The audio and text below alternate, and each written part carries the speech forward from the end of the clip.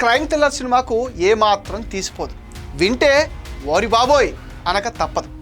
ఒక వైసీపీ నేత చావు తెలివితేటల ముందు పెద్ద పెద్ద స్కాములు కూడా బలాదూర్. ఇంకా చెప్పాలంటే వైసీపీ ప్రభుత్వ హయాంలో చేసిన స్కాముల్లో ఈ స్కీమ్ ఎవరు ఊహించుండరు. సామాన్య ప్రాణాలే పణంగా పెట్టి భీమా వ్యాపారం చేసిన వైసీపీ నేత అడ్డంగా దొరికిపోయాడు. ఇతగాడు స్టోరీ వింటే అర్షద్ మెహతా సైతం చిన్నోడే అనిపిస్తుంది.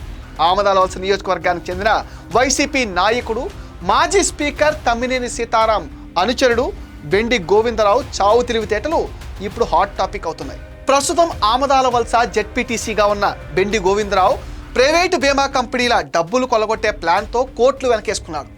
సొంత తల్లి, భార్యతో పాటు తెలిసిన వారి పేర్లతో బీమాలు చేయించి కోట్ల రూపాయలు కొల్లగొట్టాడు గోవిందరావు. అలాగని ఆయన ఏమీ ప్రజాసేవ చేయలేదు.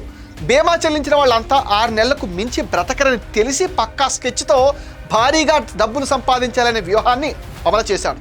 ఇందుకోసం ఆధార్ కార్డులో వయసు మార్పిడి చేయటం, నకిలీ హెల్త్ రికార్డులు సృష్టించడం ఒకటేంటి, చేయాల్సిన మోసాలన్నీ చేసేసి చక్కగా నడిపించాడు కథంతా.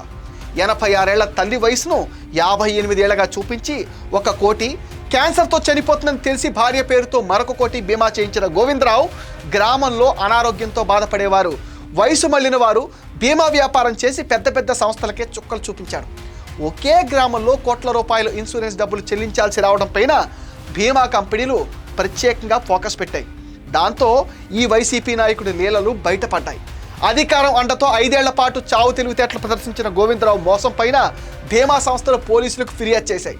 రేపో ఎల్లుండో అతన్ని అరెస్ట్ చేయడం అయితే ఖాయం. మరి ఈ మోసాన్ని వైసీపీ ఎలా చూస్తుంది?